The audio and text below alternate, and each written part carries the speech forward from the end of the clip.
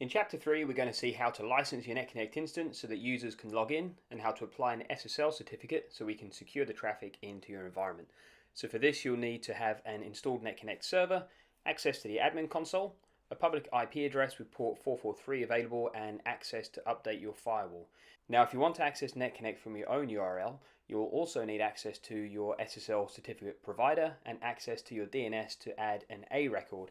Otherwise, you can utilize our trial website to generate a temporary URL and associated certificate to support the training. Now, in this chapter, we're going to show you how to install a license. We're going to show you how to install a trial certificate. We're going to show you how to generate a certificate sign-in request or CSR, and we're going to show you how to install your own certificate.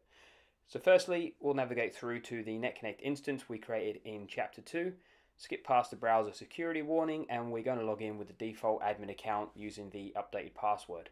We'll then open up the admin portal, navigate through to System Configuration, Network, General, and we're going to take a copy of the MAC address under the ETH0 interface like this. Now, this is a piece of information we need in order to generate a license, so if you ever need a license, be sure to provide that information to us. Now, you can either send this MAC address through to Northbury Secure with your request for a license, or you can create your own by navigating to trialnetconnect.com. You can use this page to generate a temporary 10-user license as well as a test URL by filling in the form accordingly. If you only need a license, you can leave the IP address field blank, and then you paste in the MAC address we copied from the NetConnect server, and once you submit the form, you'll receive an email with the license file and with the certificate information.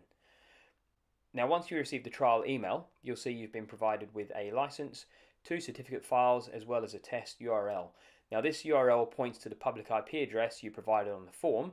To access your NetConnect instance from this URL, you'll just need to ensure the NATing on your router or firewall has been updated in order to resolve that external IP address to the internal IP address you've assigned to NetConnect. Now, assuming that's been done, you can follow the link through to your NetConnect instance. Again, at this stage, we haven't applied a certificate to the instance yet, so you'll just need to click past the browser security warning. So let's see how we apply a license to your NetConnect instance. Firstly, we'll log in with our admin account, open up the admin portal and navigate through to System Configuration, Licensing, and you'll see the information for your instance here.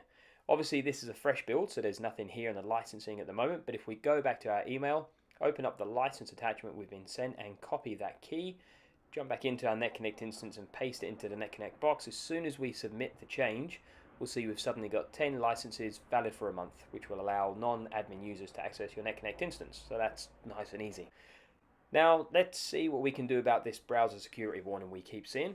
We'll need to apply an SSL certificate in order to secure the connection and keep the browsers happy, and this can typically be done in one of 2 ways, either by installing a new certificate or by importing an existing certificate. They both give the same outcome, the main difference being with the new certificate you're generating a private key within NetConnect versus loading an existing certificate which already has a private key associated with it. Now, we'll start by showing you how to bring in an existing certificate. This will typically be used if you're moving NetConnect servers around for any reason, or as in this instance, using one of our trial certificates. So let's navigate through to System Configuration, General, SSL, and Load Existing Certificate. Now, we'll need to populate these 2 boxes here, so let's bring up the email we received a little earlier, and first we'll open up the private key attachment and copy those contents. Then we'll jump back into our admin portal and paste the private key into the corresponding private key box. We'll then repeat the same process with the certificate file from the email, pasting the contents into the certificate box, and then we'll click Submit. We'll click on Set New Keys to confirm the certificate upload. Finally, we'll need to restart the web services for the change to take effect. Now, if we close our tabs, navigate back to our test URL, there we go, we'll see the connection is now secured. Now, that's simple enough. Let's cover off how to apply your own certificate, which you'll need to do before deploying NetConnect into a production environment. Now, if you're not planning on using your own URL just yet and intend to keep using a trial URL for the rest of the training and future testing, then don't make any of the changes we're about to run through, as they'll override the private certificate you've just applied, and you'll end up with an invalid certificate and you'll need to repeat the last few minutes of the training. Now, firstly, you'll need to create a CSR or certificate sign-in request. This is simply a file that you provide to your certificate provider, which they'll use to generate a valid SSL certificate.